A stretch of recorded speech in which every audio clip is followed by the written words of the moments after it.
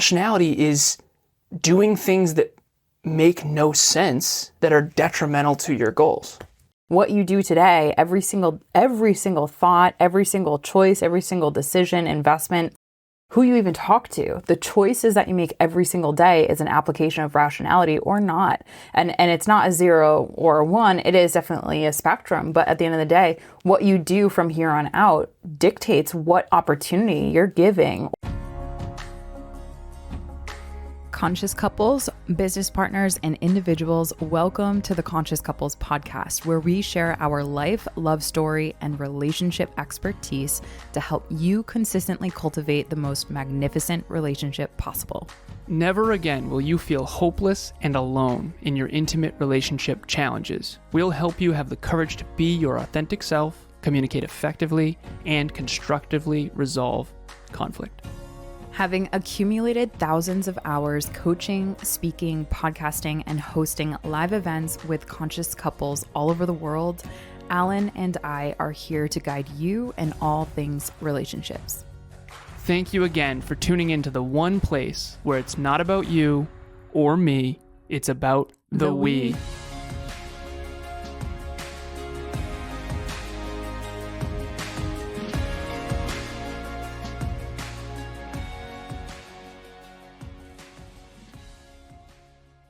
Conscious couples and individuals from all over the world, welcome back to another episode of the Conscious Couples podcast. Today we have episode 208. This one thing can change your relationship forever. As always, I want to make sure we remember why we are here. We are here for one reason and one reason only: to improve your intimate relationship from the inside out. That's why we're here.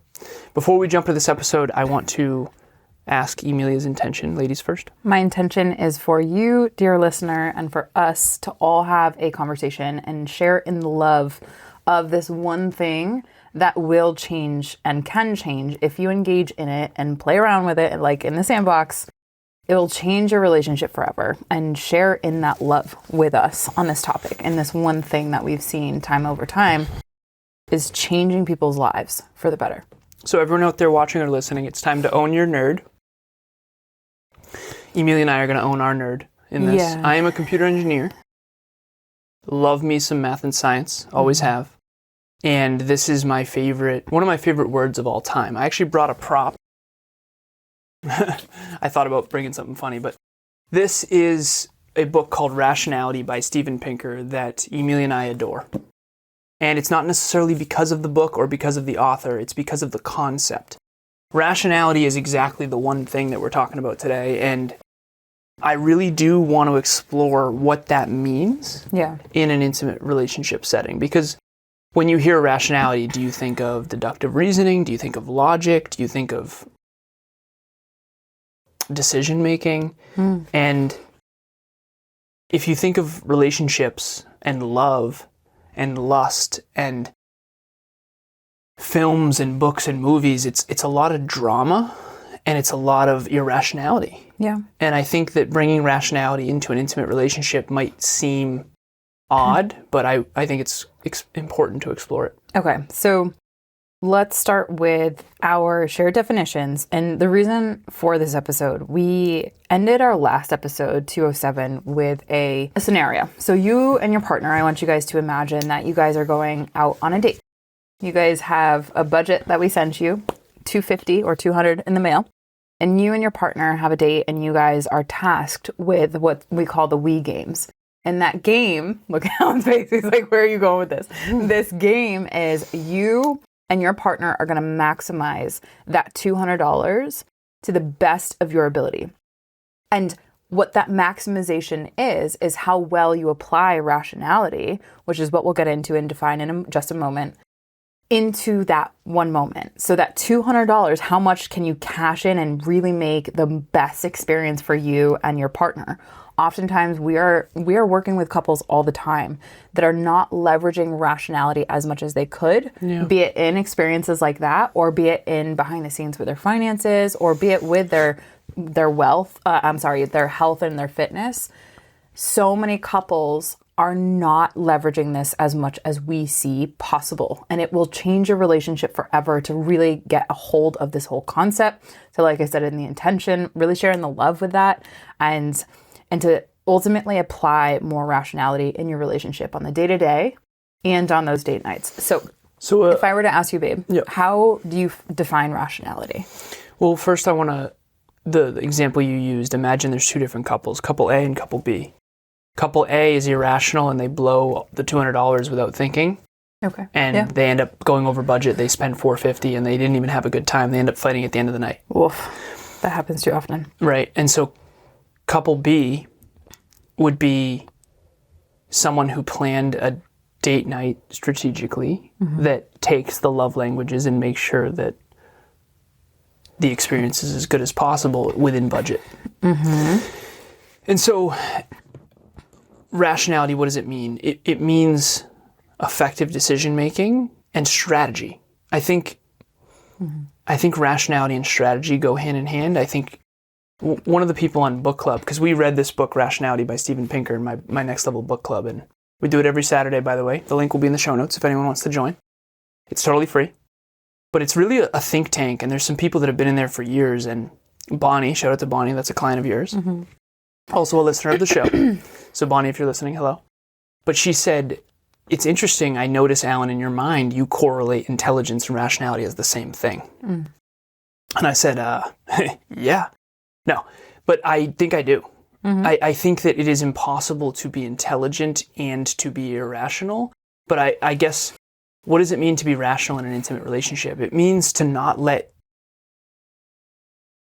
I think that if you think of someone who's irrational, you think of a toddler who is screaming into their pillow one moment and then on cloud nine the next.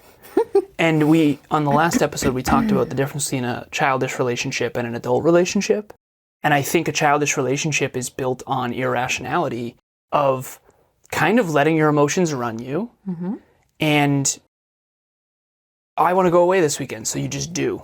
I want this new car, so you just get it without thinking through the payments and what that's going to cost you and the other options out there. It's like shiny object syndrome. It's ADHD. You're constantly just being distracted by and controlled by solicitations on your emotions versus someone who is strategic and centered and conscientious. And so that's my definition. Cool. Okay. My definition is applying logic in pursuit of a goal. Pretty much, very simple. This is interesting to be on the opposite end of simplification for you. Nice. You can tell you love it. And to that end, I want to comment on what you just said there. When it comes to the childish, quote unquote, relationships, a lot of relationships will just go based off their emotions. How many times have in the past we have had not so great moments with our partner? We've said something that has been like, I wish I didn't say that. Or we have been the receiver of a partner who got extremely emotional. And I'm not pathologizing emotions. They're incredibly important for bonding, for intimate relationships, even for strategizing. Yeah, as long as you're in control of them and they're not in control of you. Exactly. As long as you see them as informants, i.e. logic that is based in energy, right? So the difference is a lot of couples are not seeing that energy-based logic and they're just letting it take full-blown rapture of their experiences and not taking time to think slowly, to think logically and apply that rationality in pursuit of whatever goals, be it the $200 date or be it, let's say, for example, their budget. So another thing that came up is imagine someone who's blackout drunk. They're going to be the epitome of irrational. Yeah. And someone who is... And I do want to correlate this too. Like imagine someone dressed up as a professional going to work. Like if you walk into Apple headquarters, you're not going to see a bunch of people running around blackout drunk. Yeah. You know, you're going to see professionals who are making conscientious, intelligent choices toward common goals. Yeah. And the military, that's another good visual example, is rationality. And this is one of the things that I think is really hard for me. You and I watched the Star Wars series together, all the films. Yeah. And the Empire is obviously very suppressy and evil, but they are very dialed in. And I think that for some reason, the world has like villainized being extremely dialed in. And I think that that's one of the reasons why rationality gets a bad rep. And a lot of the characters, so in films that are extremely hyper excellence, are actually the villains. And I guess what I want to bring to the listeners here is, how rational are you and how rational is your partner? Are you two adults that are strategically working toward mutual goals, or are you two just kind of like winging it and hoping it all works out? Yeah. So again, I'm going to go back to that $200 example, because after that we recorded that, we were on our walk and we were kind of unpacking truly like this whole concept of the we games. And while it was funny and we have our own inside jokes around that we'll keep private for us, what essentially I want to bring to the listeners is, truly, if this were like a real true life simulation, not true life simulation, it was a true life thing. We were to give anyone who does RTC $200, and we were to tell them, hey guys, you and your partner are going to go on a date, and we want you guys to apply as many of the 25 conscious love languages in this date. The couple who applies more or who gets more love languages in on that date is going to quote unquote win the game, right? Yeah. And so let's say, for example, we have a ton of different couples. Maybe you want to join that, listener. Let us know. I think it would really show us, and it would show anyone who wanted to join, literally what is required when you have necessity. That's why goals are so powerful. We were talking about this on a relationship talks coaching call today. Why are goals important? It creates the necessity that you need in order to apply logic strategically and rationality to your relationship. So that couple who has $200 and says, I want to win this we games. Like, I want to be the best couple. That couple is going to have to think strategically and say, out of the 25 conscious love languages, Alan and Emilia, we were able to apply 23. In this one date that we did. It's like that. Now take that and apply that to your life. That thinking, you are literally guaranteed to have a wonderful relationship from the inside out and on the outside in. The only thing I would add to that is 23 is probably not leveraged. So we have 25 conscious love languages. Reach out if you want that. But usually there's 5 for each partner that are really important.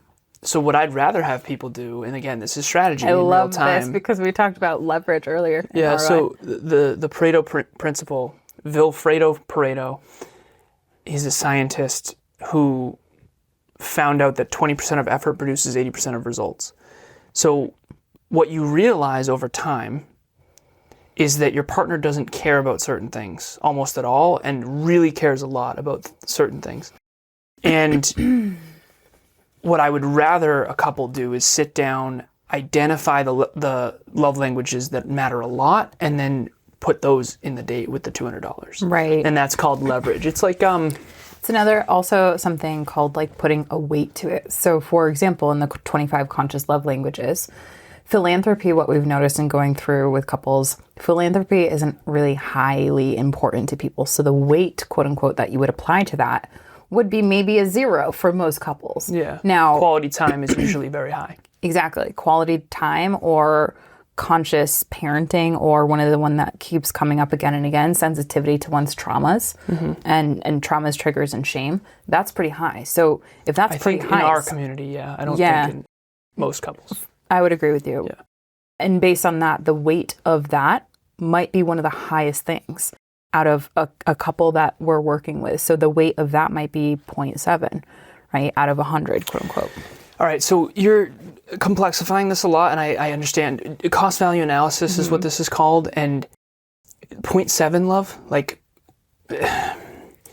so let's say you hit a love language at a 10 and then you multiply it by 0.7, so it's matched at a 7. I don't think we can go into all that stuff on a podcast. I really don't. And so I know what you're doing and I appreciate it, but we need to make this practical. All right, so let's bring this back up. So rationality, you said logic toward common goals, something along those lines. Okay, what are logic and what are goals? And let's break this down. Why don't you start, love? I think that this topic is really important to you and it's important to me. We both have a love for it. And I think we have to use our clients more. Yeah. Because this feels a lot like when you and I sat down and talked about goals. I've never not had goals, so I have no clue what that would even be like. Fair. This feels similar. You and I are injecting rationality into every conversation with everyone at all times. And when I first met you, I remember like it was like a breath of fresh air, like finally. Because, okay, I have a good example. All right, I have an ex. And I was the only one. So she bought a Jeep. It was $18,500. This is back then. Okay. And I'll keep this anonymous who it was. But I lived with this person. I was with this person for 5 years. And she bought a Jeep, $18,500, and she was in a ton of school debt. And I was the only one who knew her finances. No one else knew. Everyone was so happy for her for this new Jeep. They were so happy. They were like, oh, she posted about it on Facebook, and everybody loved it, and everybody's like, congratulations, and it's like, yay, that's so good. And I said that was a mistake. And I didn't just come out and say that was a mistake. She asked me what I think, and I said, in all honesty, my truth is that was a mistake. And she said, why can't you just be happy for me? And I said, the truth is, I'm the only one who actually cares about you and knows the implications of the decision you just made. Because you're in massive amounts of debt, and that car payment is going to be, that was a mistake. You had a perfectly good car before that would have lasted another 6 years, and you could have paid off your school loans, and now you're going to pay extra interest. I'm the only one who knew the math and the rationality underneath that terrible decision. Now, not every decision is terrible. It's not like her life is over. She just bought a really expensive Jeep that she didn't need, and it was suboptimal for her goals. And I knew her goals, by the way, and I helped her get multiple jobs and resumes and all stuff. So at the end of the day, I don't even know if I know how to explain this, because rationality is every second of every day for me. But I do think that that's a good example of irrationality. Irrationality is doing things that make no sense, that are detrimental to your goals. Fair. So let's talk a little bit before we go here about clients and some scenarios where there maybe was some irrationality, and now, you know, we help them with rationality. Even earlier today, we were on with a couple. And shout out to you too if you're listening. And I basically said, you guys already achieved so 3 years ago when we started coaching you, we built this huge mountain, get married, buy a home, all these milestones, all these goals. You achieved them all. So we need to create another mountain. We need to figure out what your future is. And we use the metaphor of the Hobbit of a great adventure. My whole life, people have been saying to me, well, life is about the journey. Life is about the journey.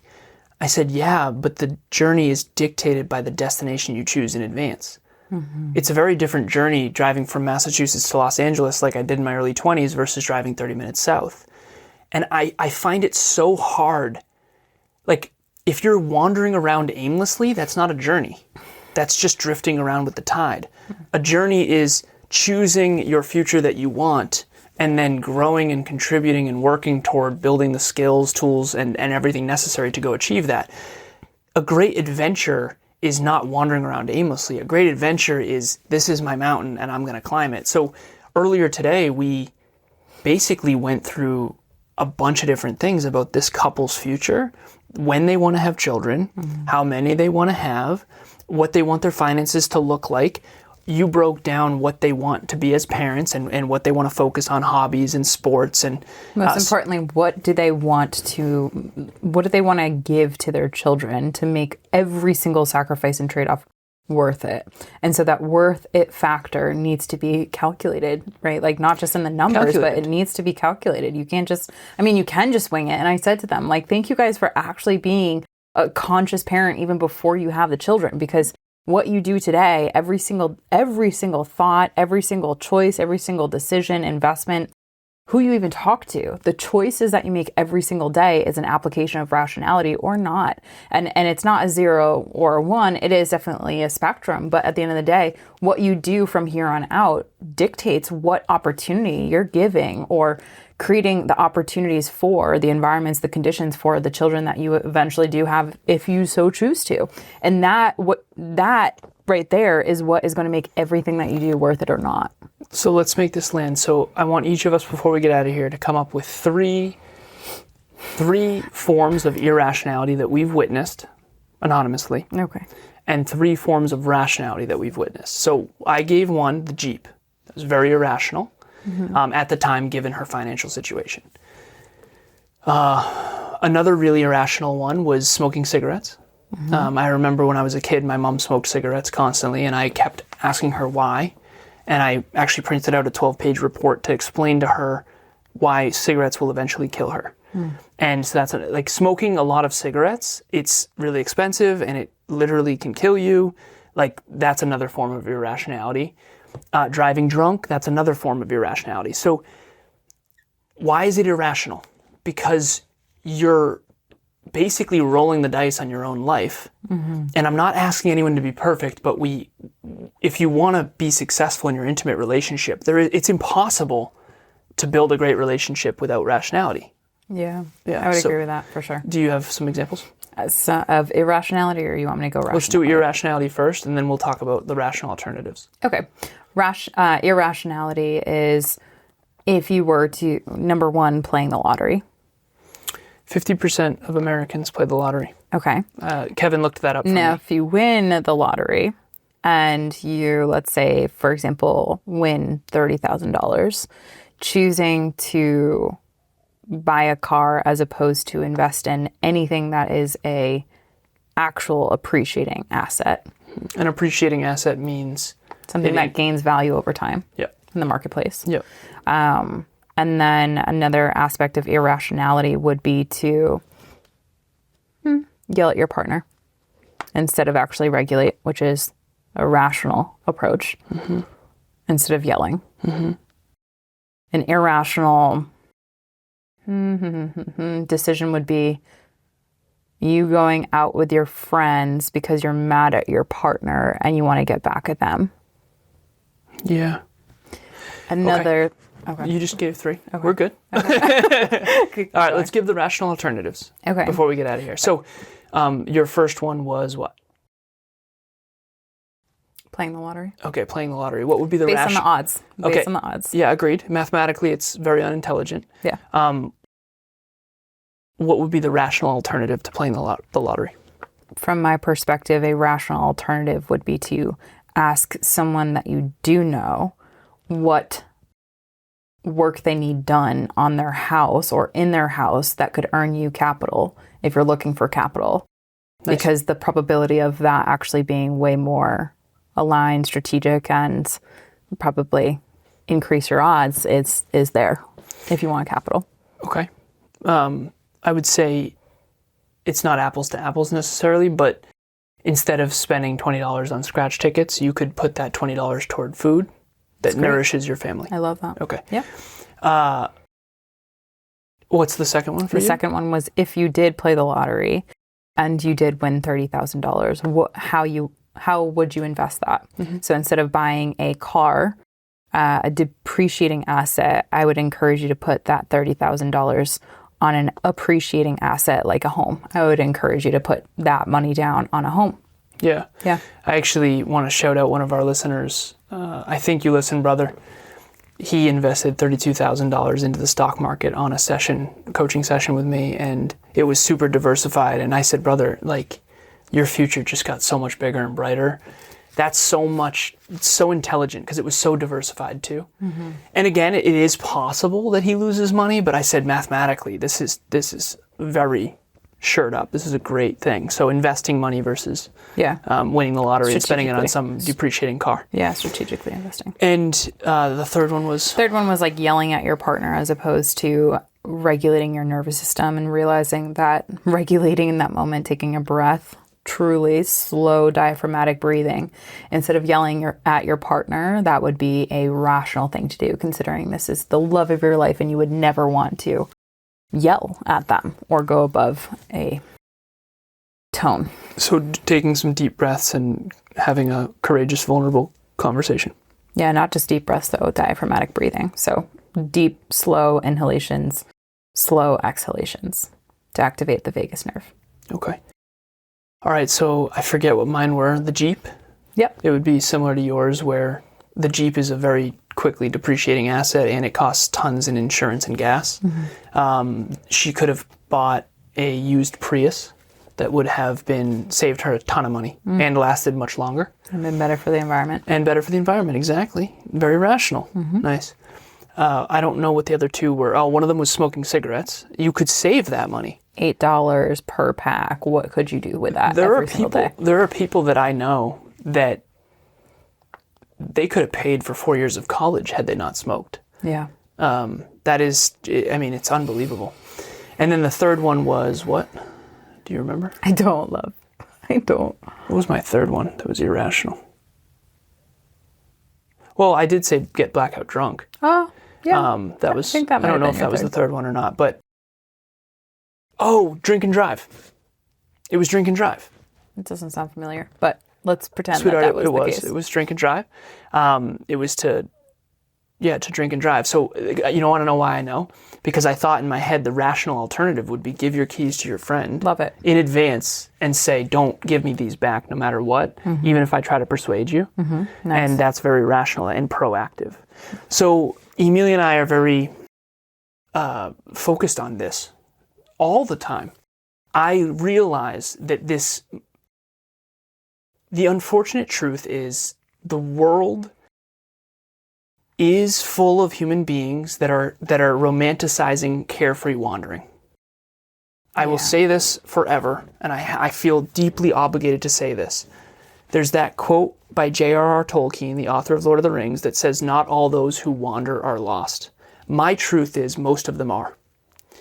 And when I was the most unfulfilled in my life, I was making it look the most fun. The people that are the least fulfilled are usually wandering around aimlessly, doing a lot of fun, shiny things, and then trying to pretend that they're happy. And unfortunately, that influences all of us. So conscious couples, we are here for one reason and one reason only, to improve your relationship from the inside out. This is a topic that is deep and near and dear to Emilia and I's heart. Very hard for me to explain because I don't even, I wake up in the morning and I am always calculating every move I make. And we playfully joke that we're very Spock-like, if you've ever seen Star Trek. Skeptical. Yeah, I remain skeptical. But at the end of the day, which partner is more rational? Usually you feel a heavy weight or a heavy responsibility. And I think that everyone is more rational than their partner or less. And I think it's important to identify that, understand the pros and cons, and usually it's the person who is the most long-term thinking with the highest level of self-efficacy and self-belief that is usually the one that feels responsible for the future of the relationship.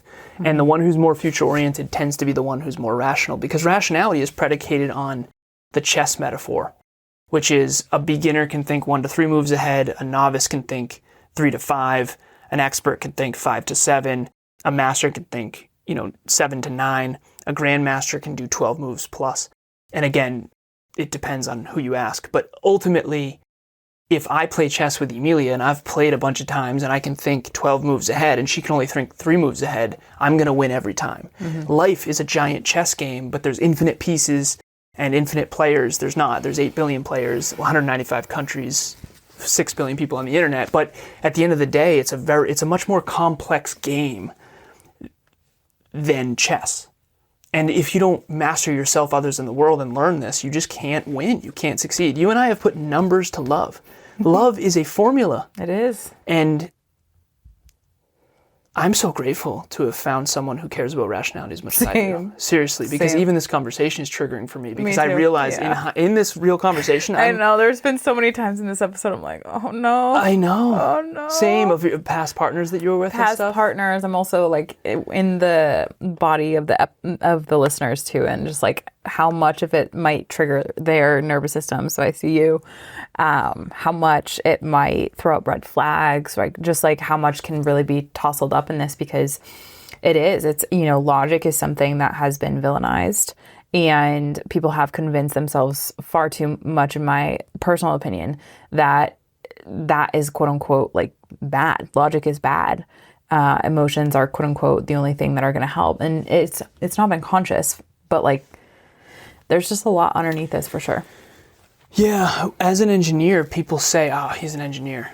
And it's like, yeah. It's like you love the results of someone who's rational and a logistician, but you don't love what that takes along the way, which usually pinches some of your emotional centers, Yeah. right? Like everyone wants to have a great life where they're wealthy and healthy and in love, but the pinches along the way where rationality is applicable and will only hold you accountable to the numbers, we struggle with that, right? That's why one of the reasons putting numbers to goals is so uncomfortable for us, because that pinches our emotional centers, the beliefs that we have about ourselves, others in the world, and it has us constantly just ramming ourselves into the ego that wants to think we're so much smarter than we actually are. Well, last piece. Everyone out there watching or listening, take a moment to think about how irrational you were at 5, now 10, now 15, now 20. Hopefully that irrationality is going down. Yeah, rationality is going up. Right. Yep.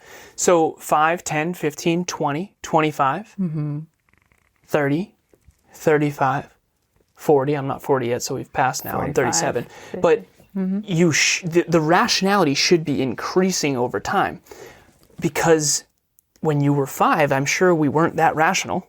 You know, obviously, statistically speaking, we were for other 5-year-olds, but when I look back at me at 15, me at 25, I mean, you should have a few alarm bells going off. Like, wow, I really shouldn't have done that. Regrets is that. Yeah. It's the lack of rationality applied.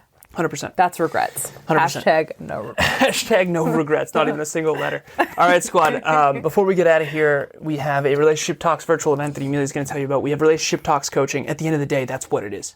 You sit down in a room with Emilia and I, or Emilia or I. We have a hybrid model where I coach the man, she coaches the woman, and then we have 4-person sessions. They're unfreaking believable. And it is us in front of a remarkable designing the future you want and the relationship you want. It's not going to work out. You ever hear someone say, oh, it'll all work out? No, it won't. No. Definitely won't. And by the way, look at those people's lives. All right, sweetheart. Oh, yeah. Relationship Talks Okay, event. to that end, our next Relationship Talks event is going to be on the 19th of February, 5 p.m. Eastern Standard Time. The topic is getting on the same page about failing forward in your relationship. And I butcher this every single time. But at the end of the day, we see couples who are failing forward and loving that and having a great relationship with that. And those are the couples that are getting more and more rational over time. And other couples that don't have a great relationship about failing forward, they're the ones that are likely wrapped up in this irrationality spiral that is driving the other partner crazy. So don't be that partner. Be the couple that is rational, that is failing forward and learning how to love that and appreciate that. Join us at the event. The link is in the show notes to register. In its simplest form, the partner who is afraid of failure is holding the relationship back. That's the most rational way to put it. Thank you. Thanks. All right. We appreciate you all. Thank you so much. We appreciate it. As always, it's not about you or me. It's about the we. We will talk to you next time. Bye, everyone.